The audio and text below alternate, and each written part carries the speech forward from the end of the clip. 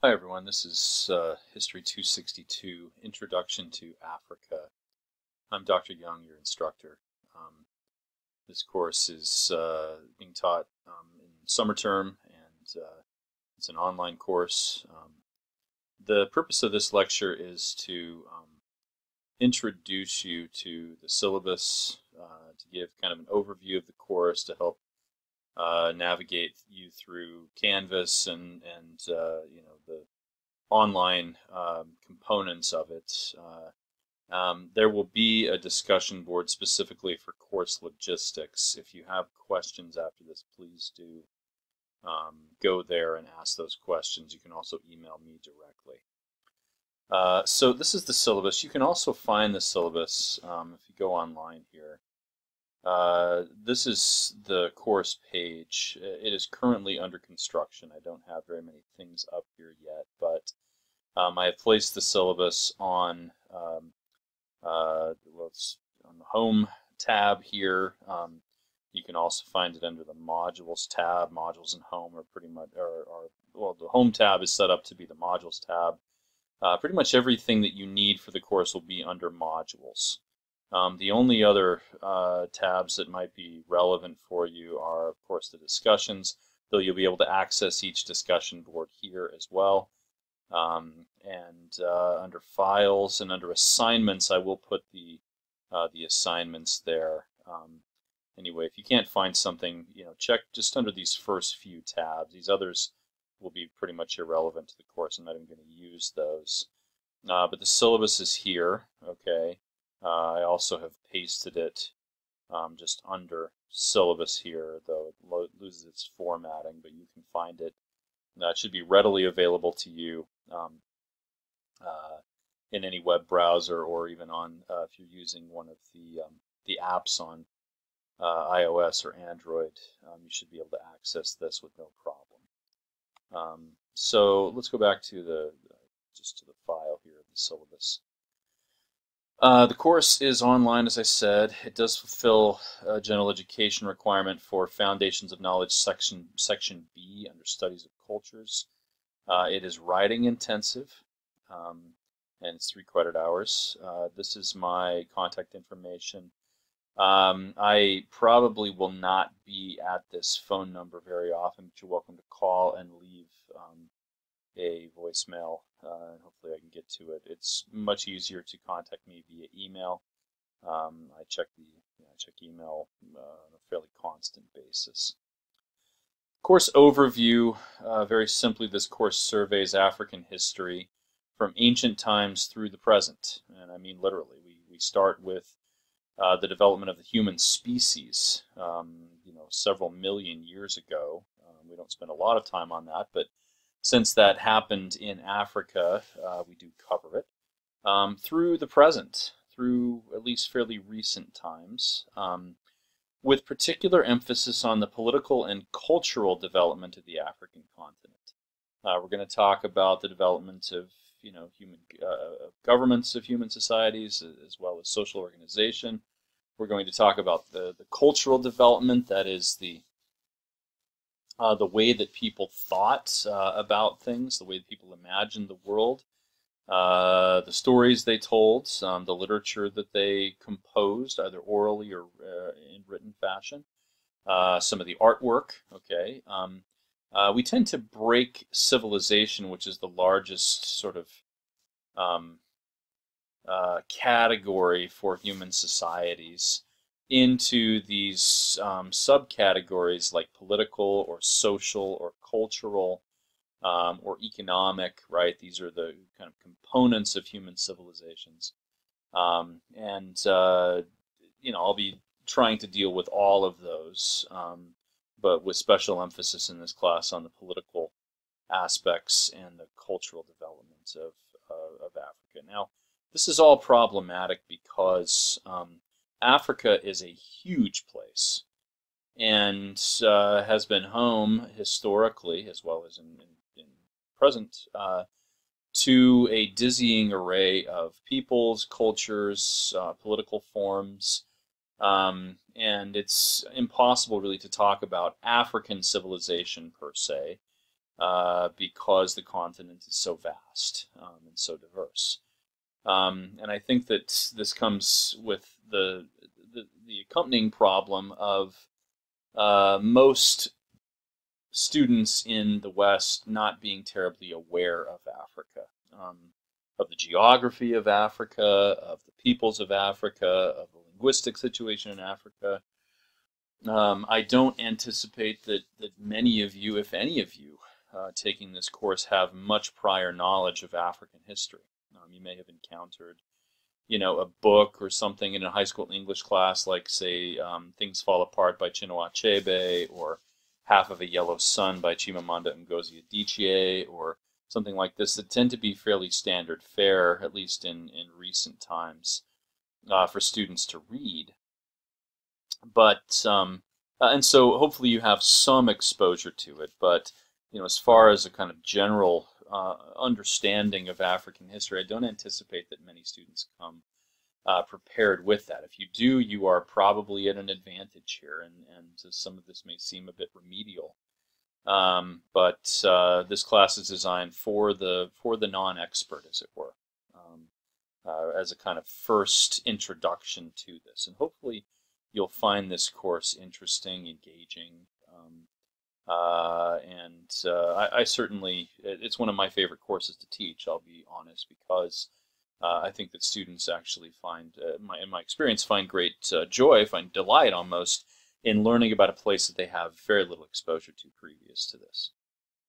The expected student learning outcomes, most importantly, really, this is a class about critical analysis. Okay, like any introductory general education class, we're going to learn how to think critically about the things that we look at.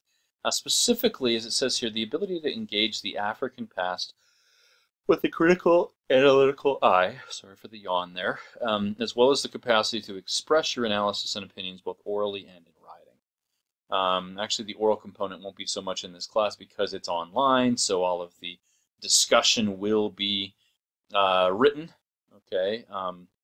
And there is no occasion in this class where we come together to talk sort of person to person. So you will develop the capacity to express your opinions and your analysis in writing, certainly. Now, one of the questions that I need to raise here, as I do in all of my introductory history classes, whether it's this or Western civilization, is the idea of critical analysis or critical thinking, right? I always ask my students, what is critical thinking?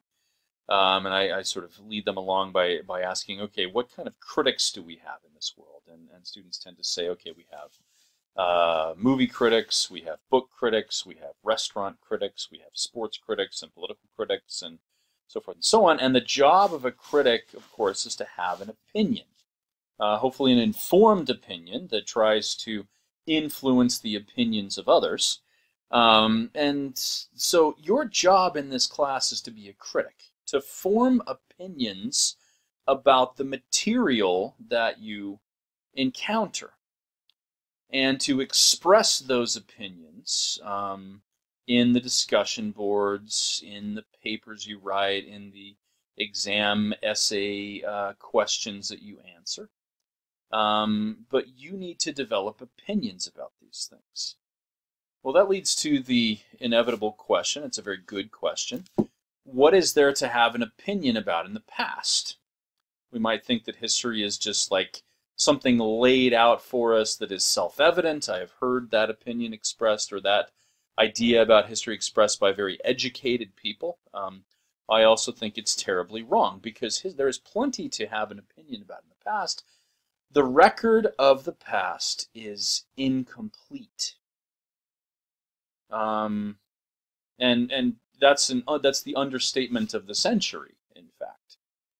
The information we have, even about fairly recent times, is incredibly scant if we consider that in order to have a full record of anything that happened in the past, we would have to have the second-to-second thoughts of every single person who participated in that event, right? Take the inauguration of Nelson Mandela on May 10th, 1994.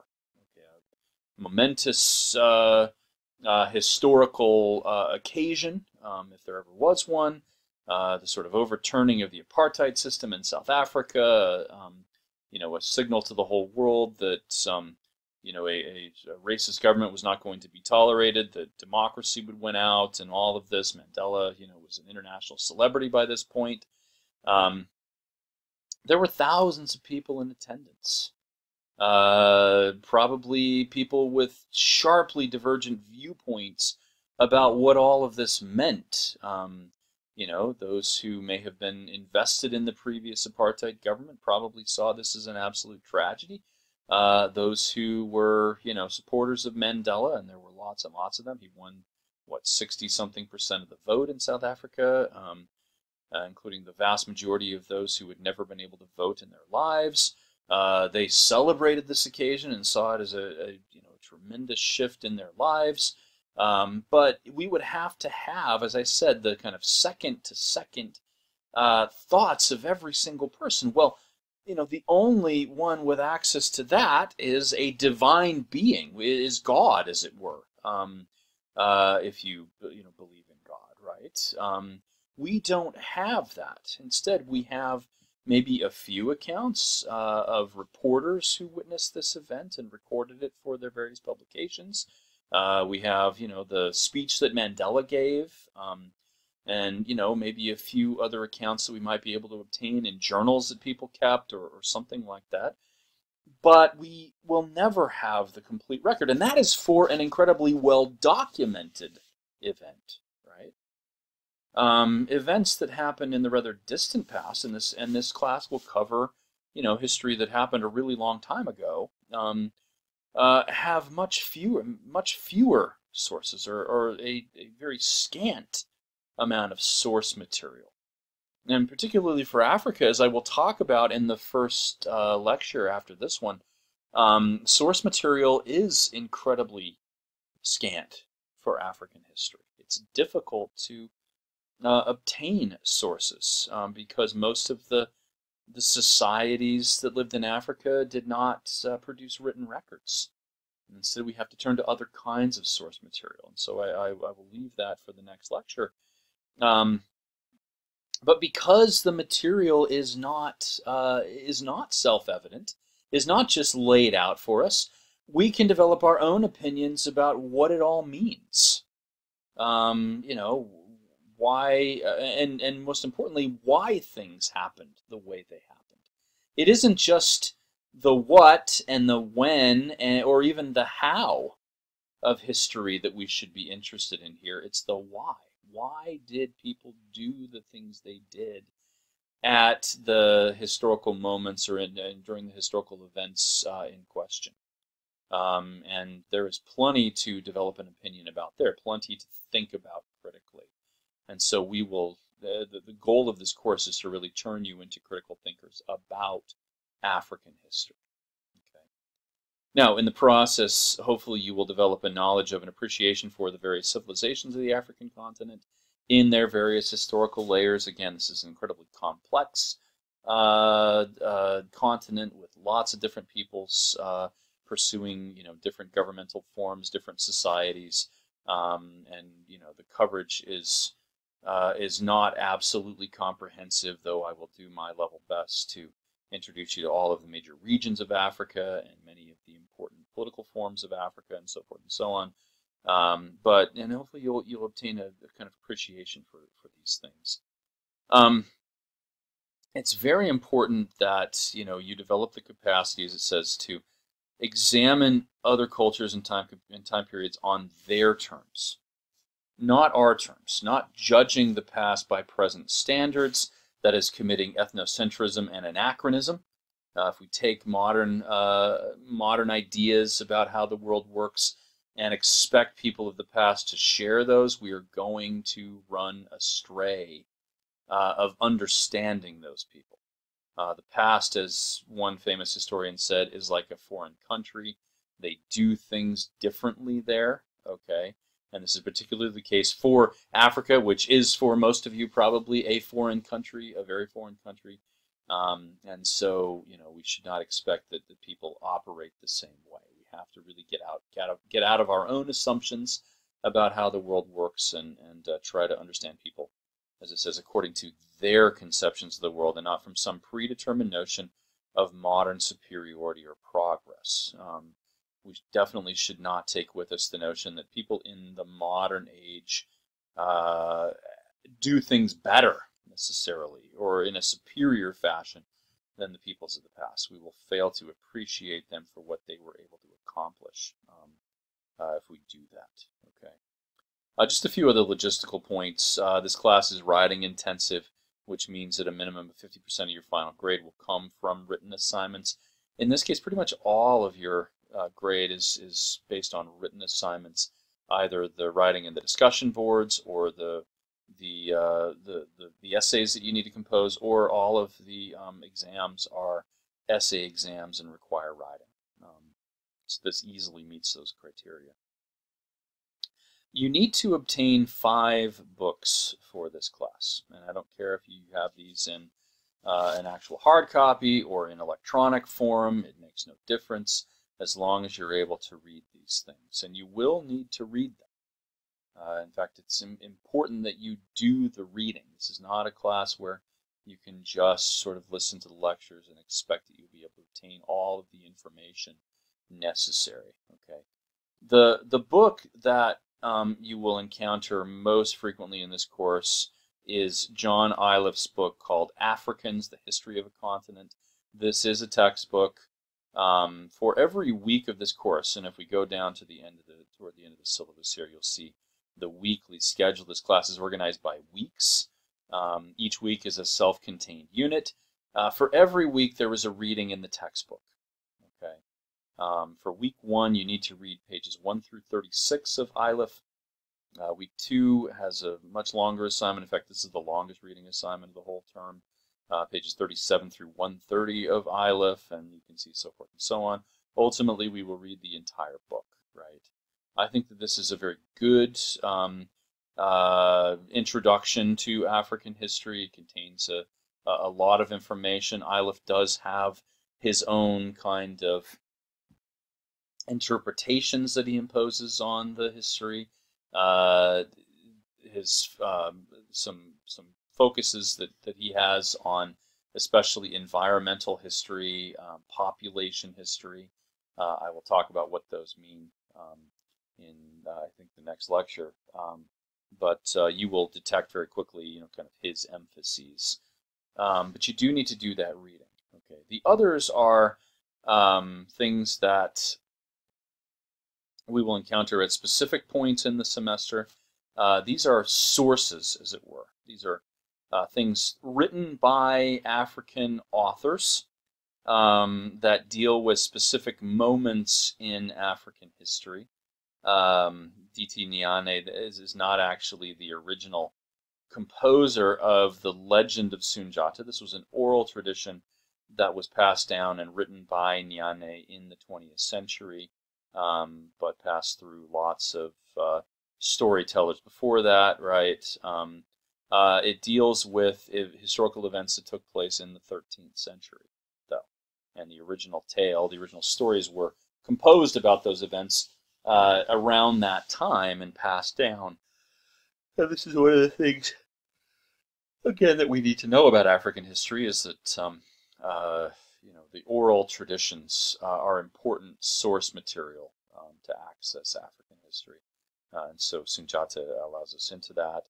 Chinua Achebe's Things Fall Apart. This is one thing that you may have read. A lot of students come to this class having read this, again, in like a high school English class or something. Achebe wrote this book in the 1950s, but it deals with events that took place some decades before, probably late 19th or early 20th century, in his home of Nigeria, or what is the modern nation of Nigeria. Okay, we're going to encounter that book as we talk about the kind of the clash between traditional African cultures and the Europeans who began to intervene on a high level in Africa in the late 19th century. Kamara Laye's book. This is a novel, but it's really kind of a memoir as well. It follows Laye's life.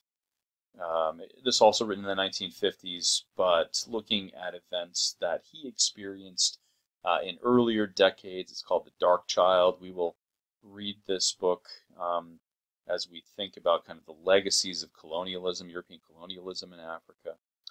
And then finally, Boubacar Boris Diop's, this Senegalese author, his book called Morambi, The Book of Bones. This is a book about the Rwandan genocide. It is not, however, a book that was written by a Rwandan. It was written by a Senegalese author. And if you don't know much about the geography of Africa at this point, Senegal is on the totally opposite side of the continent from Rwanda. Senegal in West Africa, Rwanda in the Great Lakes region of Africa. And it may seem curious that a Senegalese author would write a novel about the Rwandan genocide, but really this is a kind of Pan-African look at that genocide, which is one of the signal moments in recent African history, one of the things that the whole continent in a way has had to deal with. And so we will, there will be plenty of discussion about the book, but it's, we will encounter it in the last week of the course when we talk about recent developments and deal with this very tragic set of circumstances called the Rwandan genocide. There will be other readings that you're required to read, as it were, right? These will be placed on Canvas. So notice here in week 2, there was a reading called Glimpses of the Kingdom of Ghana in Canvas. I don't have that up. As I said, the Canvas page is under construction at this point, but for each, for the relevant week, there will be a link to those readings. None of these readings are terribly long. They are all found, if I can open up a new tab here, they are all found in the African History Sourcebook at Fordham University. Let me see if I can find that here. I think it's under African Societies. Yeah, Glimpses of the Kingdom of Ghana. Just to give you a sense of how long these readings are, if my internet connection will agree with me here. Literally, it's just a few paragraphs. Okay, so this is not to add a great deal to your reading load. Honestly, the reading load for this class is not that much, though it might seem like it is a little bit, just looking at the syllabus here. So, that's the kind of thing that you can expect. And there's only, for each week, like 1 or 2 of these, in some cases not even. Equiano is part of his interesting narrative. This is just an excerpt. Equiano was a guy from West Africa who was enslaved, taken off to the Americas, and then freed later on, and wrote an account of his experiences as part of the slave trade. Kwame Nkrumah's I Speak of Freedom. Kwame Nkrumah was the one of the kind of founders of independent nations in Africa, specifically the nation of Ghana, though he was important outside of that country as well. And then in the last week, a couple of things on kind of recent African history. An article from, I think, the Atlantic, actually, from the 1990s, and then something by Desmond Tutu, the Archbishop of Cape Town, one of the leading anti-apartheid activists in modern South Africa. So, those are the readings for the course, and you'll see, again, that, for the first week, it's just Ilif. The second week, you need to read the Ilif reading. You also need to read Sunjata.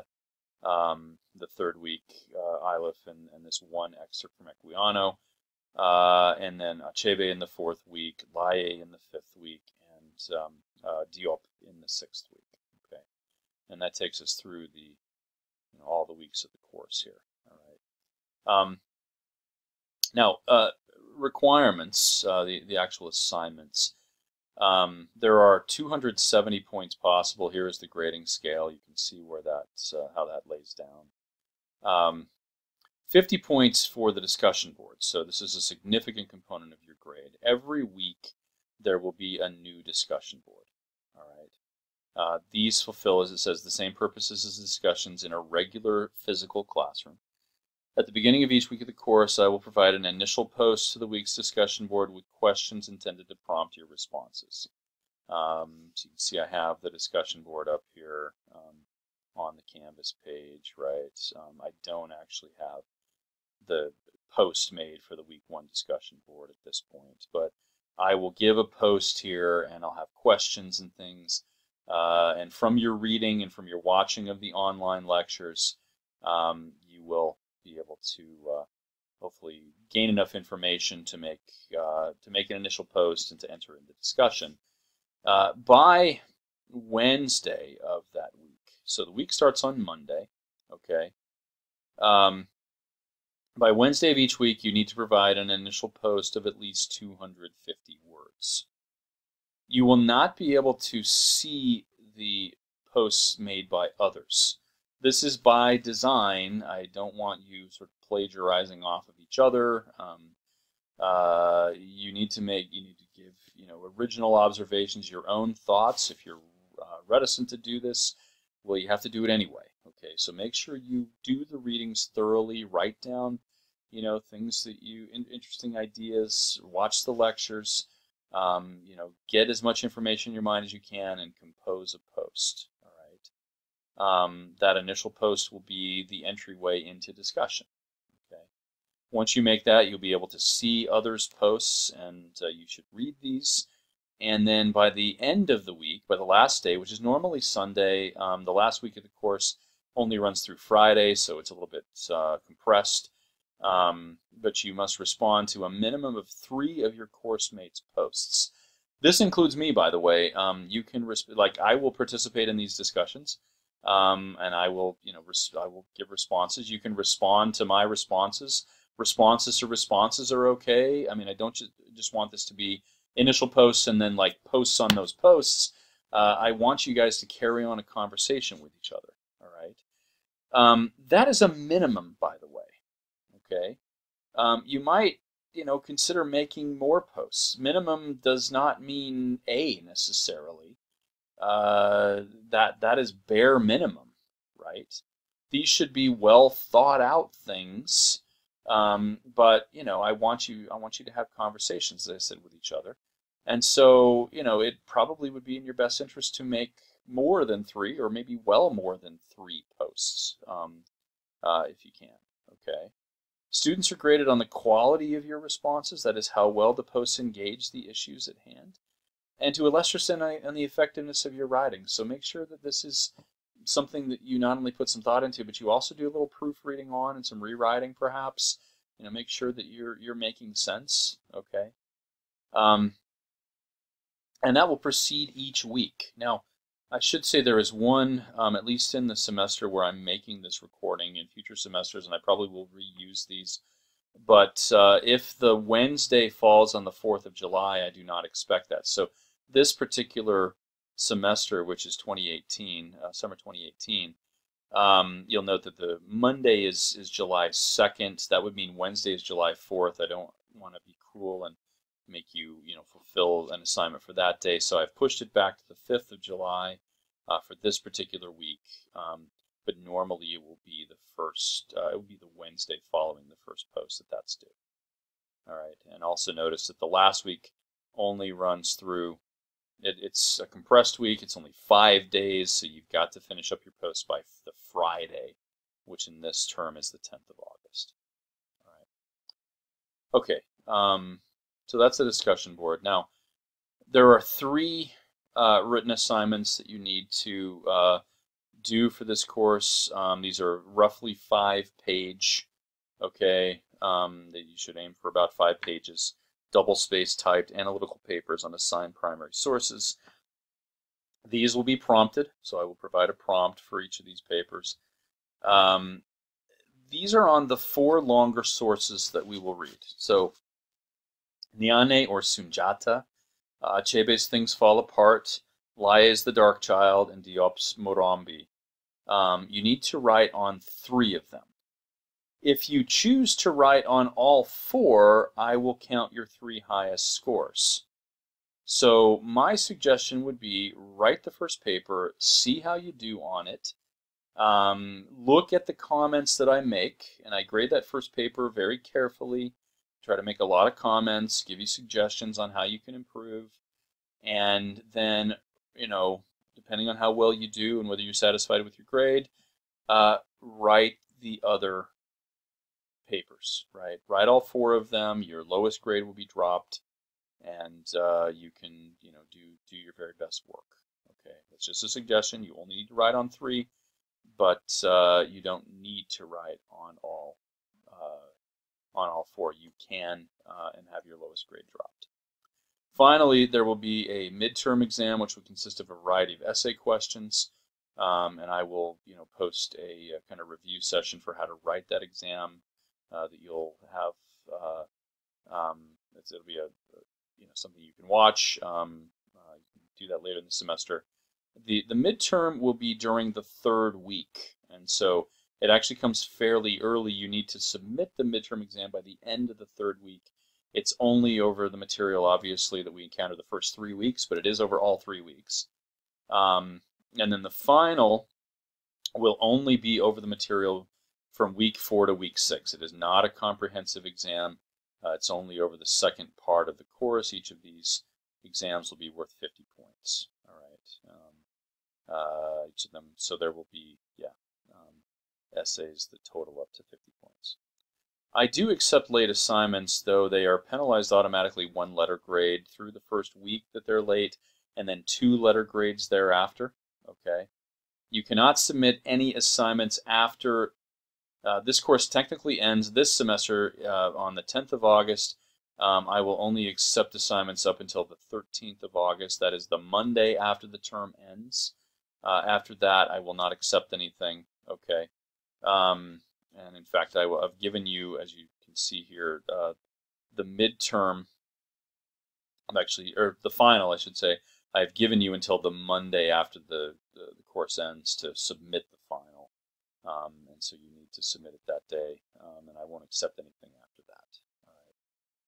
All right. Improvement or decline over the semester can affect your grade as well. If you start out doing poorly, for instance, but then really pick up steam, I will take that into account. I'm not going to absolutely dismiss the poor performance at the beginning of the course, but if you improve significantly, I will weight the significant improvement much more than I do the initial kinds of things. All right.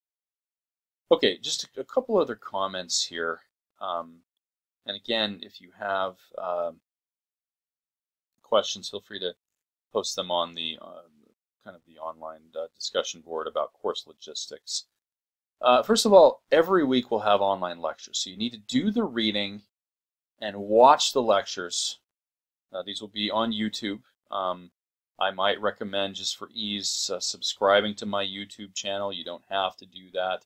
I'm certainly not out to make money on any of these things. I think the most views I've ever had on any of my videos that I have posted for courses is a few hundred, right? So I'm not scrambling for subscribers. I think I only have a few dozen subscribers, maybe, right? But it just maybe for ease, so you can access things easily. You might subscribe. For each week there will be a few online lectures, and so you need to sort of budget your time so you can watch those. These run probably somewhere between 45 minutes and an hour each. Okay, maybe some of it will be a little bit longer. I've tried to limit it to that because I know what attention spans run.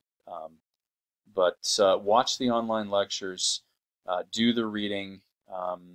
These lectures will be posted on the modules for the week, right? So they're not up there yet, even though I have already made some of these. They will be posted here under each week. So watch all of those lectures, do the reading, and then make your discussion board posts, right? Make sure you do these on time, okay? And then for the weeks that a response paper is due, right, make sure you turn that in by the end of the week. The weeks that there is a midterm or an exam, make sure you submit that to Canvas by the end of the week. All of these Canvas things will be run through turnitin.com. I'll say more about that in a minute here. right? The only week where you have both a response paper and an exam is the last week. That's why I've given you until the Monday after the course ends to submit the final exam, right? So this should be manageable as long as you budget your time well. Make sure you do that. Attendance policy. This is important. Students are expected to participate in the course from the first date of the session. You can't wait until the third week of the course to start getting involved with this. You will be removed automatically. Okay. Failure to participate during the first 10 days of the course will result in withdrawal for non-attendance. And then if a student is inactive for a 7-day period during any week thereafter, the student may be dropped for excessive absences. Participation means to post in a discussion board or submit an assignment. Okay. And since you have to post on discussion boards every week, you should never go 7 days without participating in the course, right? If you have an emergency, then please let me know as soon as possible so I can cut you some slack on that.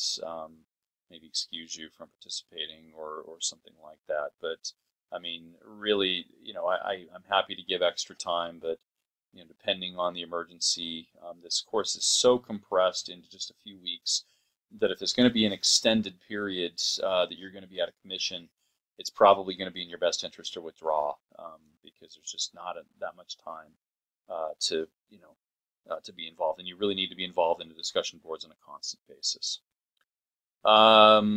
Online exchanges will be asynchronous due to geographic differences. For this term, I will be actually out of the country for some of it. I will be able to manage because I should have a good internet connection. But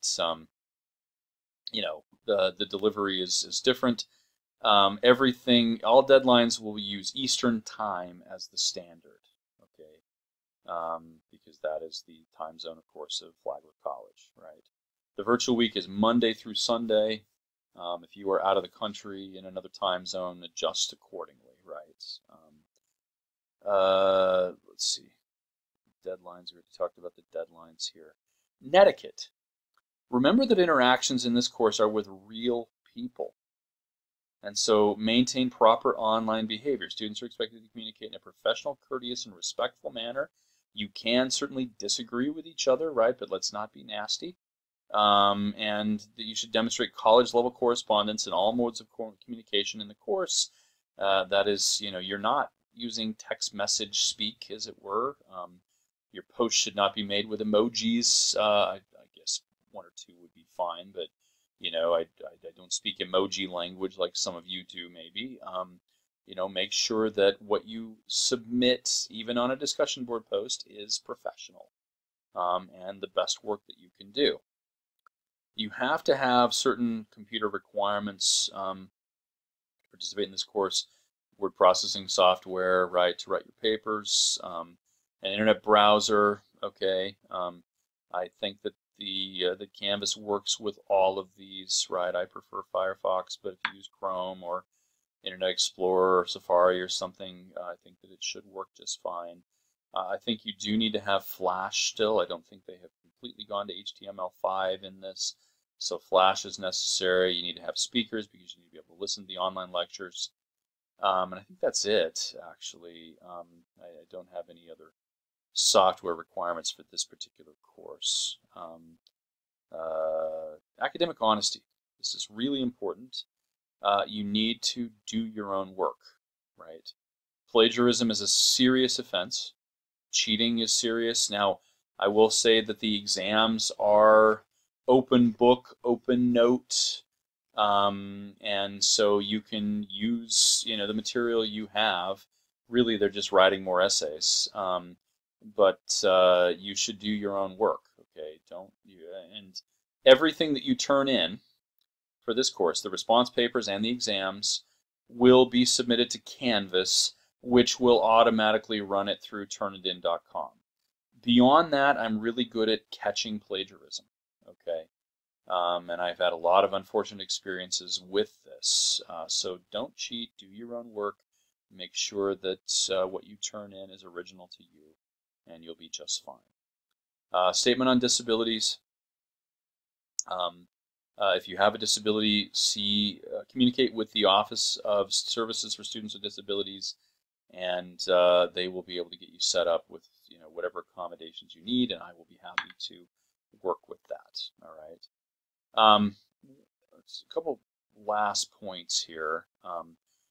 I have provided here on the syllabus a grading key. When I grade, I use a kind of shorthand for making remarks about your writing, and this covers most of the grammatical comments that I would make, right? Probably the most common one is problems with clarity, that is, what you're writing is unclear. So use this grading key to interpret my shorthand.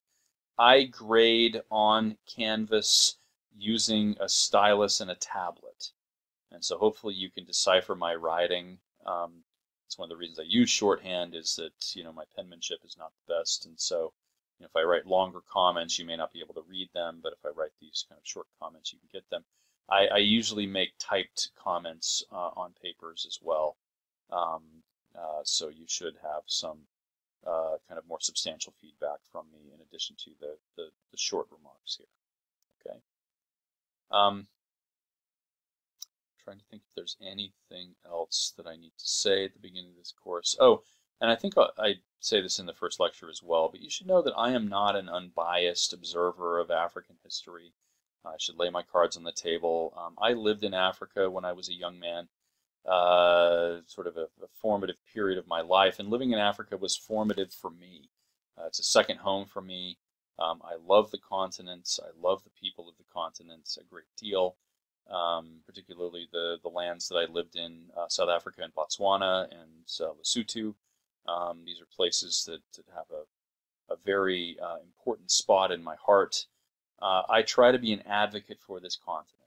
Okay, I think that Africa has, to some extent, gotten a raw deal by the rest of the world, and this course is designed to help students gain an appreciation for the beauty of Africa, the beauty of the people of Africa, and also their plight, some of the suffering that the people of Africa have gone through, so that students will perhaps be their own advocates for peoples in other parts of the world. So hopefully that'll, you'll have some of that experience, or at least you won't be sort of turned off by my own bias. Okay. All right, thank you. I look forward to interacting with you during this course. And best wishes for good success as you take this course.